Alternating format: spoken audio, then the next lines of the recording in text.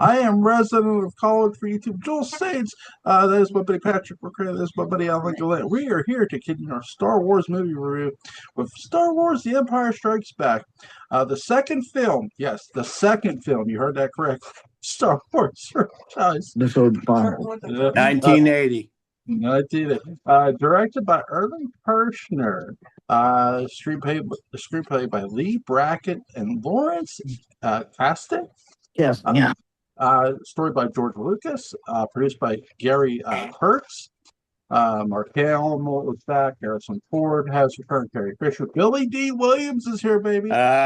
Colt 45, baby. Anthony Daniels is here. David Prowse is here. Kenny Baker is here. Peter Mayhew is here. And Frank Oz is here. Cinematographer is Peter Suchitsky. Let's see. Music by John Williams. In release dates, May 6, 1980, Dominion Theaters, May 21st, 1980, United States.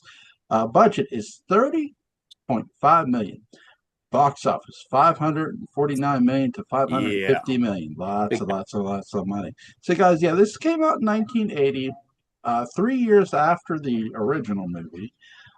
So, when did you guys first see this? Alan, you first. Would have been opening week again sometime whenever I got sort of together with somebody to go and see it. I usually didn't like to go see these movies alone. Yeah, it was probably opening week. Very soon after it opened anyway. Cool. Yeah. Patrick? Yep. Patrick, when did you first see this? I think I saw it opening day. Cool. And it was an odd piece of well, I won't get into it. I saw it opening. There's a lot to get into. I know everybody's going to want us to get into the line Darth Vader delivers and what the line may have been or whatever. But I'm going to get into something a little different here. Now, there's at the scene where Han's Solo is put into carbonite, and I'm jumping way ahead. But there's a scene where the bounty hunter has a clear shot at Leia, and who stops it? Darth Vader. Darth Vader basically saves Leia here. This is sort of the movie where they're hinting there's, even before the line, that there's more going on with Vader than what we think. What did you guys make of that scene? I didn't notice it. I really never noticed it until you just mentioned it, and now I see it. Yeah. So it didn't. I never made that connection. Never made any of that connection until the third movie, and then of course it's all there by that time. Yeah. See, in the third movie, we see Vader make the discovery because he even puts a question mark at the end of the line. He's like, "Your sister." You know that moment. Yeah. That's where his brain goes from chowder to actual thinking. Yeah, I think before he thought it was Lobot. Yeah, and that was going to be the big twist. The Gamorrean guard, the Sarlacc keeper, but who in many ways resembles a number of cast members of Star Trek Starfleet Academy. But anyway, that's neither here nor there. Yeah, it could be. It could be. And here's the nice thing is that once a text is released, you own it as much as the author does. And so if you feel like you have sufficient evidence that makes you happy with that reading, then that is true. That is the movie for you. Yeah. It's Darth Vader's line about sister. That the way he says that. Yeah. Which could mean other things. It could mean he's twisting the knife. It could mean all sorts of other things. But because did he even know he had two kids or what the gender of the kids is? Well, he was in denial when he first hit Luke Skywalker. He discovers Luke Skywalker in this movie here. So he tells the Emperor, and the Emperor says, he is the offspring of Anakin Skywalker. How can that be? Search your feelings, Lord Vader. You know it to be true.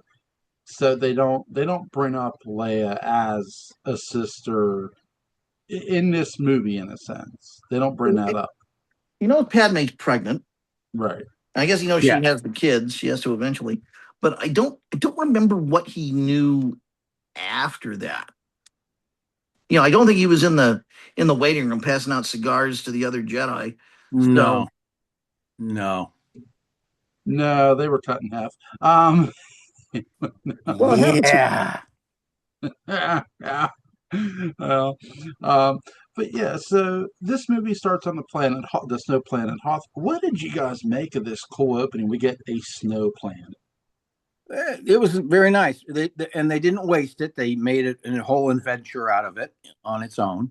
It wasn't just, okay, this is where we're secretly hiding out, and then all of a sudden, the Empire finds out, and that's the end of it. They actually developed it, had this whole rescue scene and everything else. So I thought that was good. I thought that was a good move.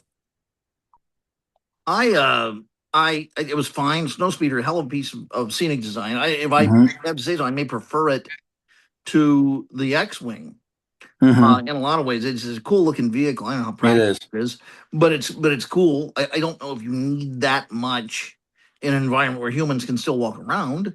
I'm not certain, but cool. I'd like to know that it could fly in space or something. But I don't think it can. But other than that, it's going to sound weird. I like adventures where the hero seems comfortable. Yeah. And Luke spends the entire movie cold, wet, or wet and cold. There's another interesting thing that happens here too, because he's had an automobile accident between movies. Oh yeah, well, practically, they cut him up so that it makes sense that he's got this little scar on his face. Yeah, his face was different structurally. Yeah, it's does different. because he had some reconstruction done, and there was a small scar too that was left. I mean, they did a really good job in reconstruction, but yes, his face does look a bit different. So yeah, I thought it was okay. It is a movie that starts with suffering that will be about suffering. It's a movie about suffering and running away. Yeah. And that's a lot of that. Yeah. Yeah, because he goes to the planet of Dagobah to be trained by Yoda. Great puppetry work here. Very much done in this movie. Matt, you meet Master Yoda for the first time. This Yoda is different from any other Yodas in the movie series too, because he is totally, for one thing, he totally is faking out Luke for the first like 10 minutes and being a goof and doing all this sort of thing to test him.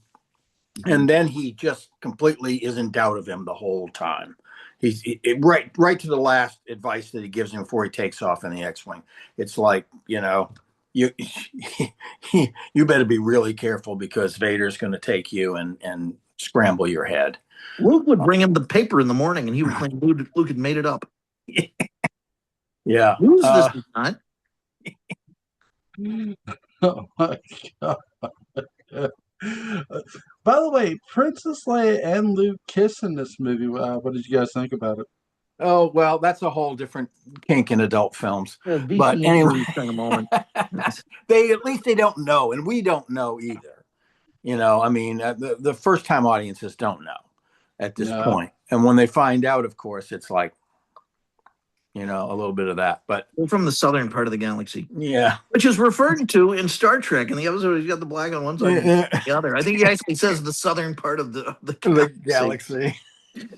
Darn, you hear the banjo music in the background, I was saying to Alan, since we're doing outer space movies, we should do on Friday the 13th. We should do Jason X. But I don't have an objection. I've never seen it. Okay, there you go. We can do that. There you go. You guys will love it, or maybe not. But this movie here is great. So, following the unexpected financial success of a cultural impact, Star Wars, a sequel was swiftly put into production. In case Star Wars had failed, creator George Lucas had contracted Alan Dean Foster to write a low-budget sequel, later released as the novel Splinter of the Mind's Eye. Okay. That's interesting. I've never read. Alan, have you read that? I have not. I have not read any of the Star Wars or Star Trek novelizations. Once the success of Star Wars was evident, Lucas was reluctant to direct the sequel because of the stress of making the first film and its impact on his health. The popularity of Star Wars brought Lucas wealth, fame, and positive attention from the public, but it also brought negative attention in the form of threats and many unwelcome requests for financial backing. What? Oh, every Nigerian prince in the world came out of the woodwork because Damn. everybody knew it was a massive hit, and he was like instant millionaire kind of thing going on. If just one person had helped that Nigerian prince to this day, he would stop sending email. Yes, used to be chain letters back in the day. Get one of those in the mail every once in a while. I'm going, who sent me this? Now he gets calls about his extended warranty. Yes, I'm sure. We all do. Yeah. Oh my gosh.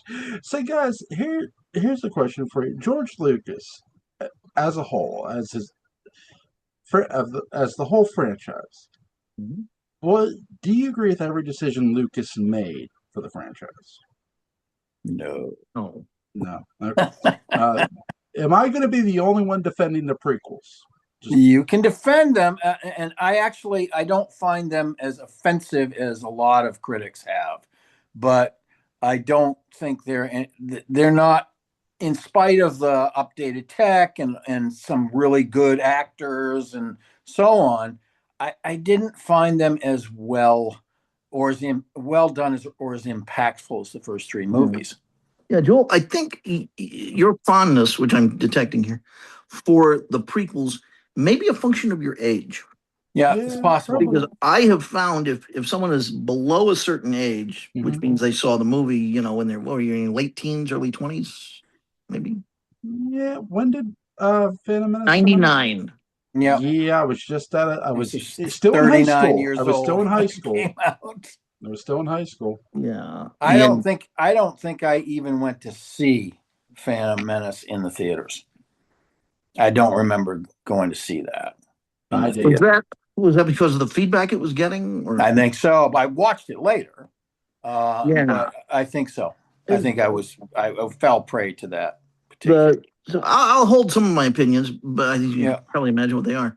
Yeah. But there is a sharp divide. Now that I have high school students who were born after those movies came out. Sure. I read I see an entirely different reading, and even some film scholars who are, Jewel, your age, a little younger, have very different reads on those movies than we did, and they especially love sort of a reassessment that's going on, or just their assessment because they didn't assess it in the first place.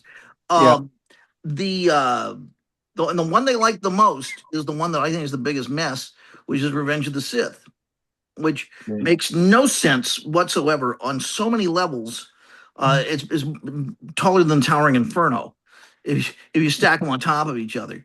But Earthquake and Towering Inferno together again. People of a certain age who are very intelligent. They're not dumb. They're not bad filmmakers.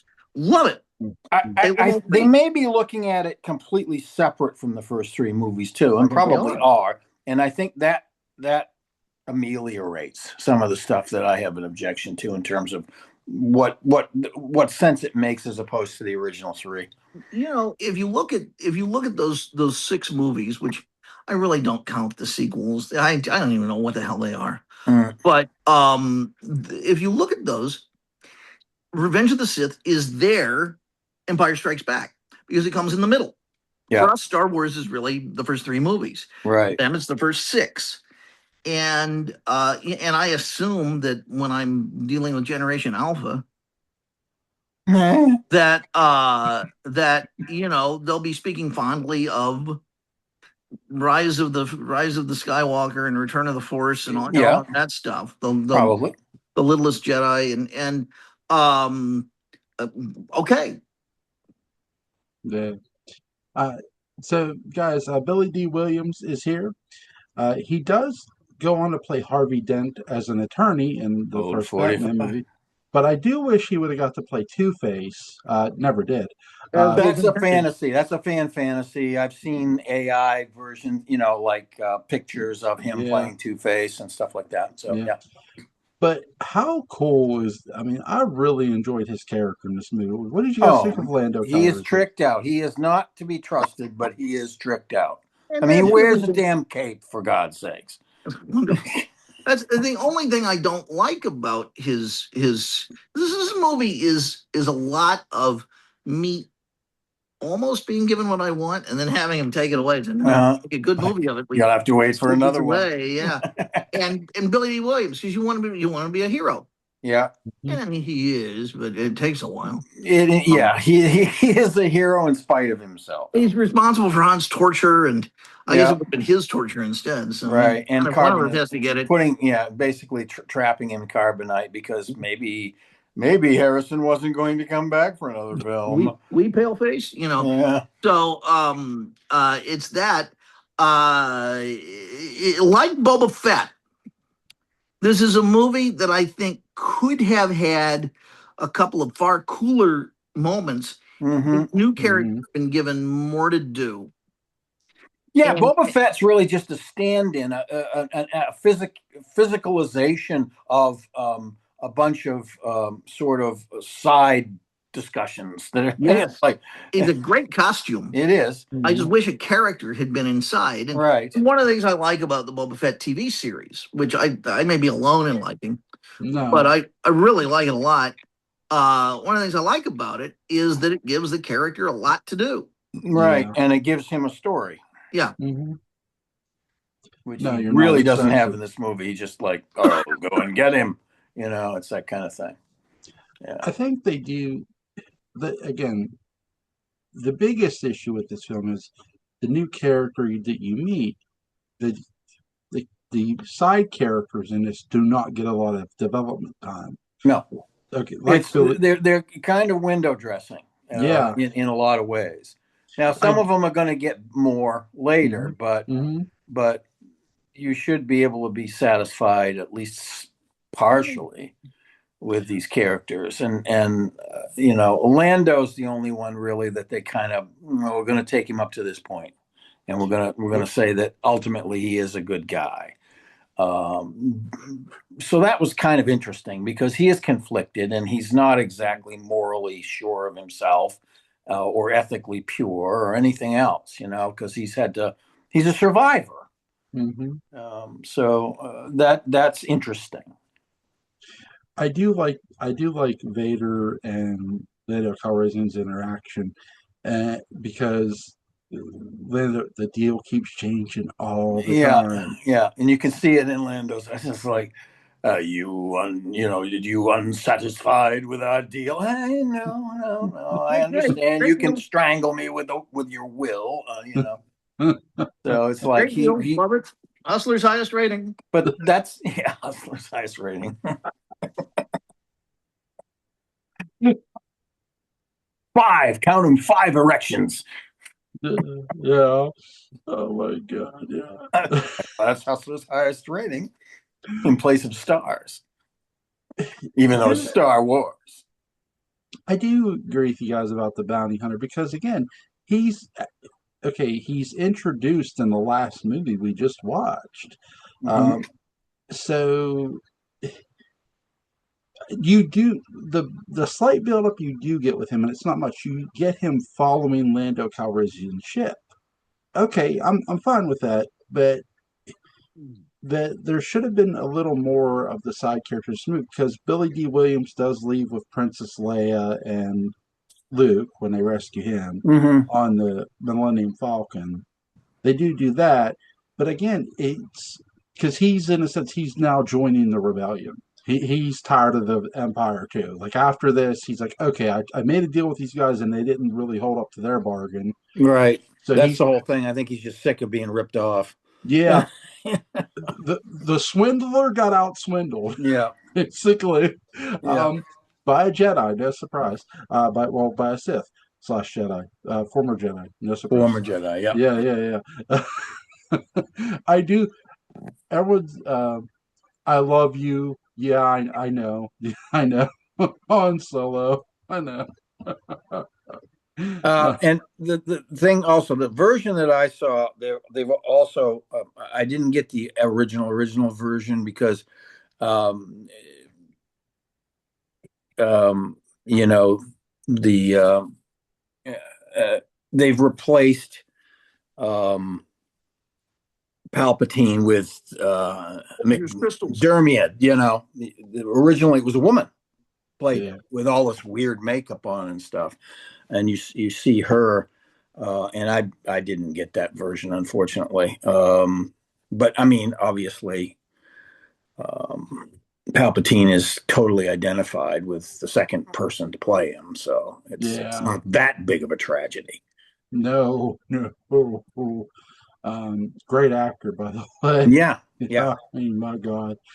But this is where you get introduced to Vader's master in this movie. What did Hmm. you guys think of Palpatine here?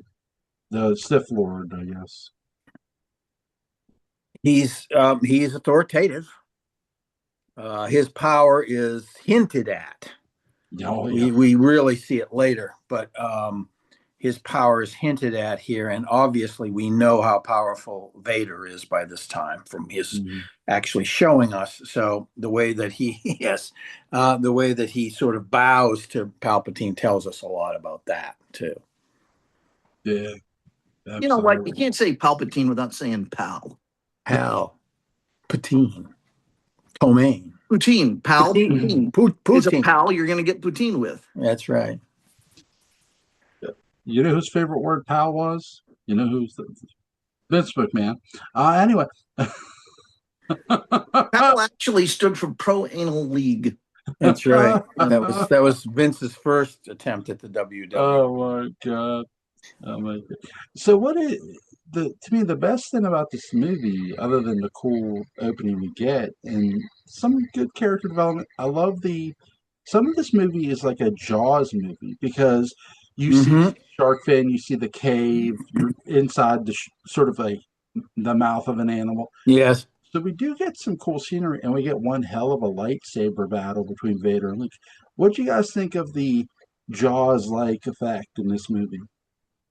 It was a nice little reveal, I would say. You Yeah. know, being in the mouth of the monster. Yeah, and not Yeah, realizing it until I don't remember. I think I was pleased by it. This is a movie where I kept waiting for it to begin, and it never did. I know that sounds weird, but it begins as they're kind of hanging around Luke's in the tank and all that, and you think, oh, their baby's gonna begin, and there's a battle and they go running away.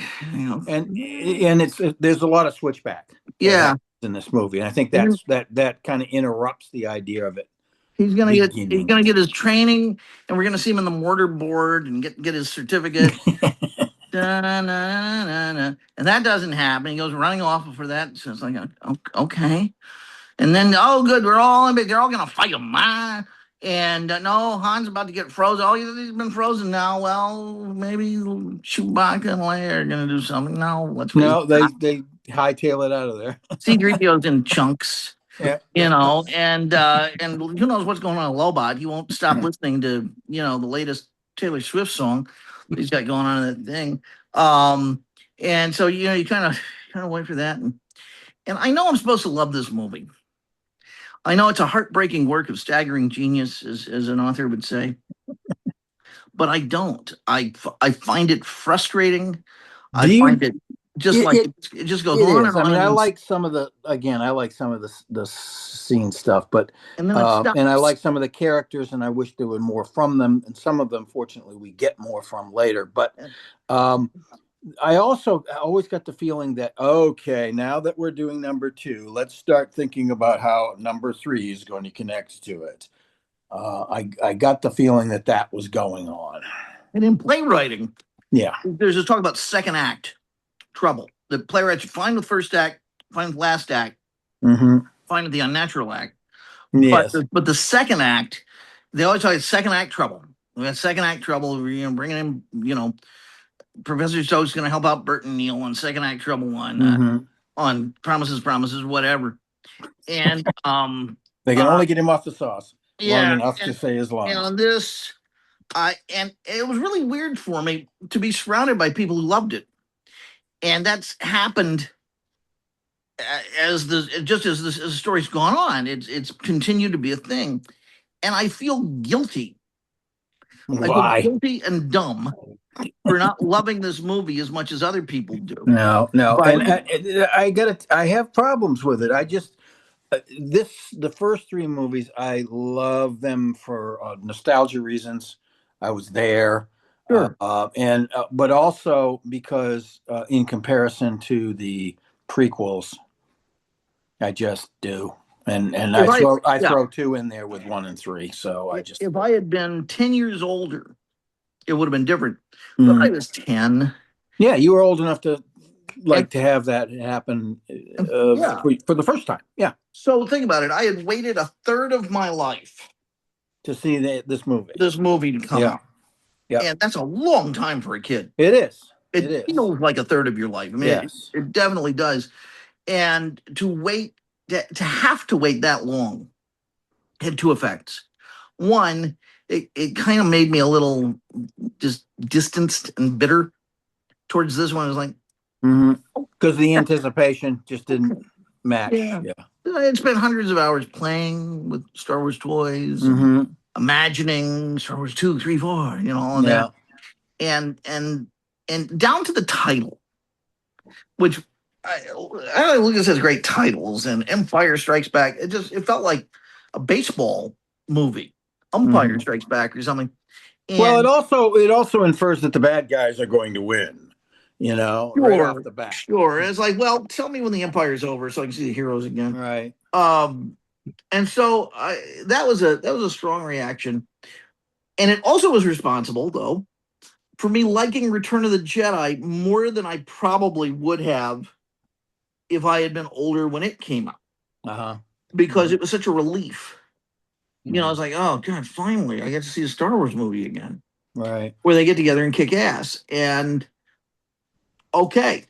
But a funny thing is that the only real movies I feel where the characters work as a unit are Star Wars, then maybe the first and third of the sequels. But it really was only towards the beginning of the sequel. No, that's okay. It was only towards the first of the sequels, or the last of the sequels, of Rise of Skywalker, that I felt like, the gang is back together. Thank God. And it really does when they're even when you have terrible lines like the stormtroopers can fly, the stormtroopers can fly. That you have lines like that I was able It's okay. because it's forgivable. It's okay because like finally I get to see them working together as a unit. Yes. Which you would take the A-Team to show me again. I was just reading, speaking of the A-Team, I was just reading an article about the film version that came out.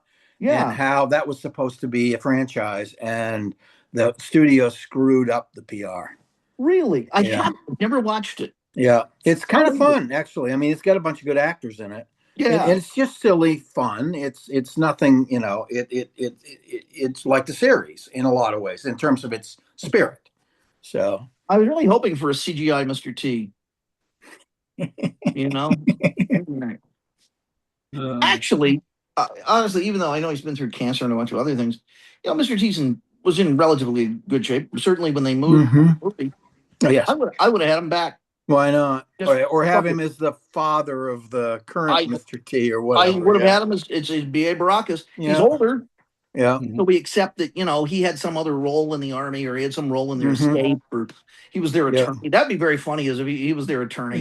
And he has to, and then when they all get like thrown to the wolves, he has to rip off his 3-piece suit and put the gold chains back on. Sure. Well, he was past the gold chains by then.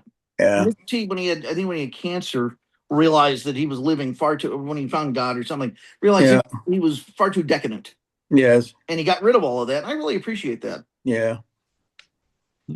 Traded it in for some leather. Yeah. A jogging suit.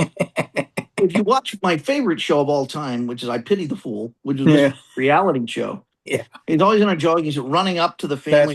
That's right. Trouble or whatever. And I loved that show. Yeah. What do I you guys always think? wonder what he secretly thinks about having that haircut for as many years as he's had it. He's proud of it. Yeah. And but yeah, it's a traditional. The Mendig is a Yeah. traditional haircut, and it's made him a lot of money. Oh yeah. I'd be There's no going doubt about that. every day, every day. Does he You do know, does he do cons? sometimes I Yeah. met him at a Comic Con where he was swathed in red for men. Take that as you will. Oh right. It was, Yeah. and he had a comic book coming out from some company in 1991 or 92. Yeah. And I went over and met him, and he said, "Who are you?" And he was signing autographs and things. I said, "I'm Patrick McCray with Revolutionary Comics." "Oh, another company coming to pay me respect." And I said, "Absolutely." And so Yep. I said, "So totally sincere." I said, Yep. "Absolutely, sir." And he suddenly smiled. Yeah, he had a great smile, and he shook my hand, put his arm around me, and said, "That's great." Yep. Yep. Swell guy. I love Mm-hmm. Mr. T. Yep. Cool. Yeah. He became famous doing um, this weird sort of bouncer competition on ABC. Did he? Yeah, like he had to like break through doors and do all this weird stuff because he was a bouncer. He was a bouncer to the stars Yeah. for a while, a security guy. And but they had this like bouncer of the America's Best Bouncer competition in place of I guess networks Battle of the Network Stars one year or something like that, and he Yeah. won it. I talk about camp, and that camp is making fun out of something, not making fun of something. Mm-hmm. It's a fine line, but it's a line you know. Yeah. And Conan O'Brien and Robert Smigel's treatment of Mr. T is a prime example of that. With all the animated stuff that they did, they had Mr. T trying out for Dollhouse, playing the who's Torvald and Dollhouse. Is that the name of the husband? Yeah. Yeah. Yeah, Torvald, yeah. Helmut Torvald, Yeah. Mr. T, Mr. and T. Lawrence Giroux, Mr. T, had a wonderful sense of humor about it, and you know that he wouldn't have done it if he had felt like he was being made fun of in Right. any way, and he wasn't, and it just was such a golden appreciation of someone. I love that, but Yeah. that has nothing to do with Empire Strikes Back. No, it doesn't. Although No, Mr. T no. would have been fun in this movie. So I have a thing I like to throw onto the floor. Sure. This is really the first open evidence, although there is no, it isn't. It's the second piece. It's the first is Obi-Wan's description of Anakin Skywalker Mhm. and careful omission of something Luke might want to know. Yes, of course. Like he is just. And then in this one, they continue to lie or lie by omission about Vader's identity. And in this one, especially when, strategically it might have helped, when Luke's flying off, you would think the other would go, oh, wait, or Obi-Wan would have appeared blue in the spaceship with him over his shoulder. I need to tell you something, because Vader's pretty desperate at this point, and he's probably going to say this. And if he does, I just want to get it out of the way now. Answer any questions you have, so that no matter what he pulls, you will have heard it from us. Yeah. Obi-Wan made a weird choice when he described this to you, and that Vader guy is your dad. And I know it's weird. But there are weekends at the zoo you could have had that you didn't. All right. And so yeah. I am still a little baffled that thing, and sophisticated eyes many years later might look at these and say, just because people in the movie, a selectively chosen people in the movies, are saying the Jedi are these wonderful people, maybe they're not. And that again comes back to that the text is what you interpret it as being. And well, we know that they're something of a religious cult. They are, and they are. They make a lot of weird choices. Choices that are sometimes contradictory, sometimes make no sense. That Luke was a fine age trained as a Jedi, but little Anakin was too young. Well, how young do your cult members have to be? It is none of this. Keep our friends close and enemies closer. Mhm. Also, we're never told what the balance of the force means. No, not really. Yeah, we get none of that. Like, well, a good side and a bad side. Well, maybe he needs to be bad, so the rest of us can be good. I don't just Yeah. kind Well, I of mean, it's inferred that having a balance of the force means that you're impervious to the dark side. That's what's inferred. That's not balance. But that's not balance. You're right. Purity of the force. Mm-hmm. The force. Full of force. Are other phrases that could be used. So the only people in this movie who tell Luke the truth, the other person is Vader, and that begins a very morally weird road to go down. Mm-hmm. And I think Return of the Jedi would have been more satisfying if Luke had pushed it a little more. It's like, okay, from a certain point of view, you mean an inaccurate point of view and an accurate point of view? What what you talking about, Yoda? Mm-hmm. So maybe I'll just let the hate flow through me for a while.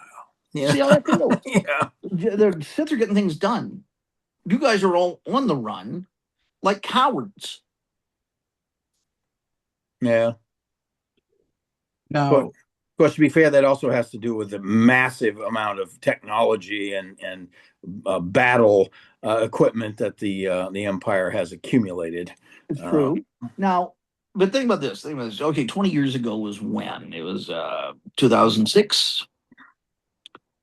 If a thing happened in 2006, I would remember it pretty well. I mean, I remember Quantum of Solace, or not Quantum, Casino Royale coming out.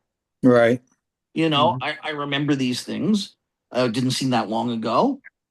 So, in that amount of time, the Jedi have gone from having one of the biggest, most beautifulest buildings in the capital of the galaxy to being an obscure religion with sorcerers' ways and things like that.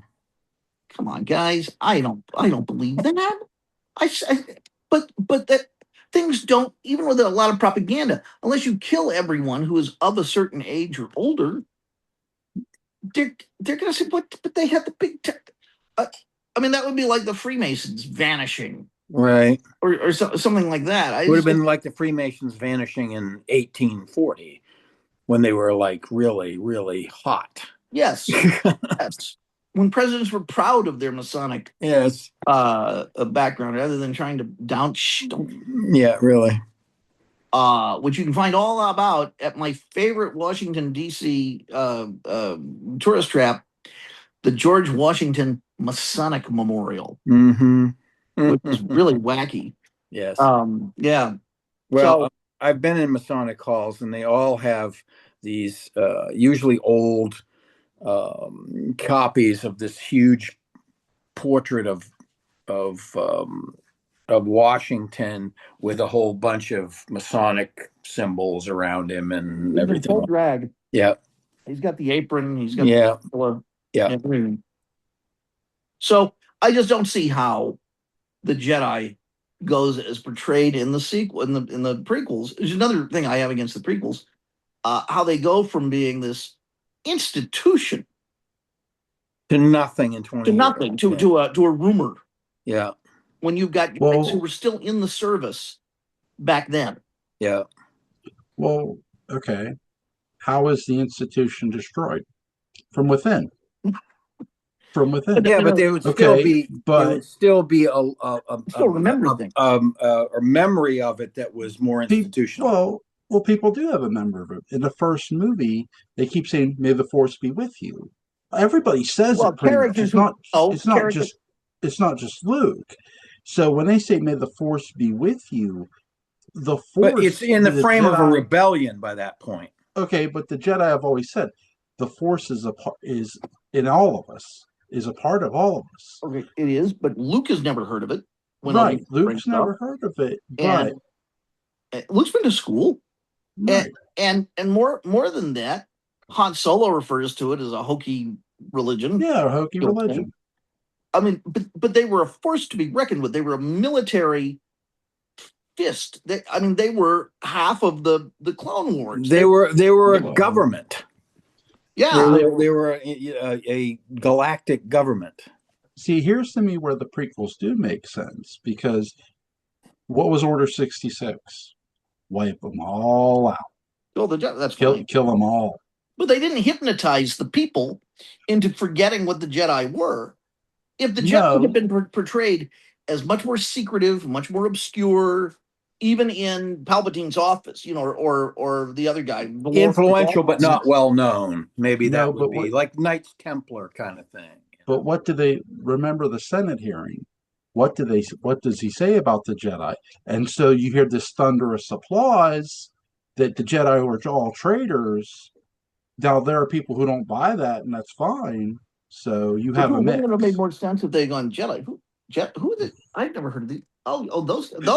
Well, why are you killing? That's like killing, Vikings or something. They're not around. And keep in mind what Obi-Wan does tell Luke in the beginning. He says your father was betrayed by somebody he trusted. He was betrayed by somebody. Basically, in a sense, what he's telling, he was betrayed by. He may not say he was betrayed by another Jedi, but he's kind of hinting at it. And when he goes for his training, what's he see in the forest? He sees Vader. He thinks he sees Vader. He cuts the head off, and it's him underneath. What Yoda's trying to say is you are as susceptible to the dark side as all young Jedi are. Well, I'm fine with that. Right. You're getting in the third movie, in the first prequel, it still should have been portrayed as this ultra secret society that you needed passwords and nobody really knew that they were around. And Valorum is saying, "Oh, Jedi, you don't believe in that." Would you remember what Anakin says to Qui-Gon? No.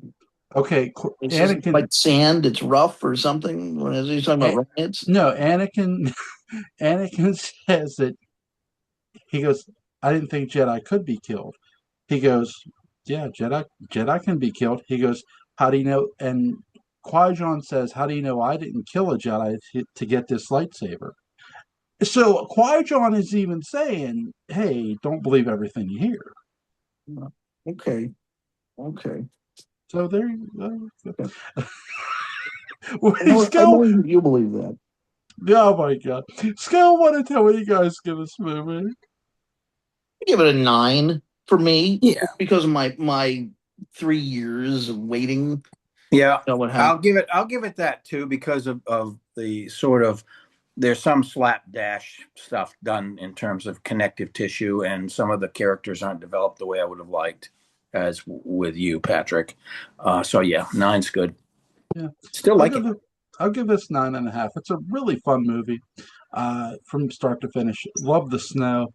That's cool. The dialogue, which we haven't talked about, is crystal. The dialogue is snappy and beautiful. It is in terms of the actual, not necessarily authorship of the plot, but the writing of the way the plot is articulated is a 10.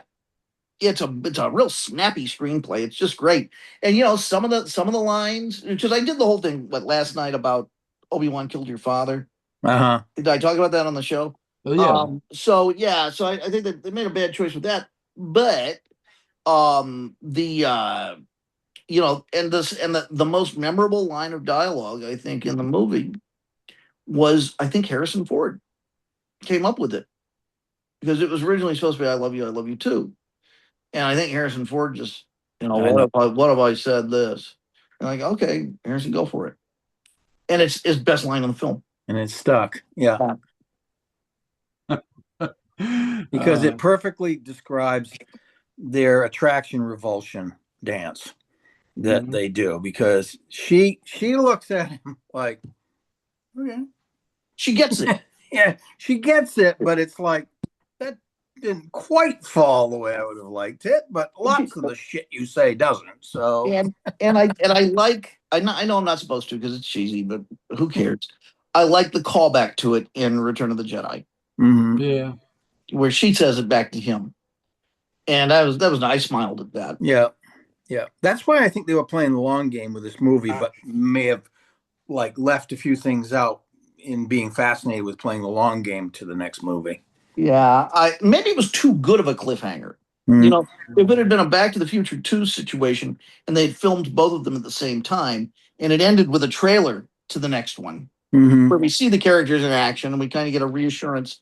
Yeah, but I think that wasn't going to happen because Oh, Harrison no. Ford wasn't sure what he was going to do. Oh, So they weren't sure we were going to be making another movie. This one went. right. Where do you rank the lightsaber duel here? Because it's really, really good. Yeah, it is. I mean, it also the context of it makes it more. Yeah, for me, it goes on just a bit long. It becomes kind of itchy and scratchy. It's okay. I'm gonna get you. You're gonna get me. I'm gonna get you. You're gonna get me. I'm gonna get you. Like okay. Um, I would have liked it if it had a more definite conclusion that would have gone in the hero's favor. Mm. But you know, I mean, it ends with Vader just kind of owning the day. Mm-hmm. You know, And Luke again, having to leave, but that also was kind of part of the warning that he got Yeah. from Ben's ghost. sure. You know. Sure.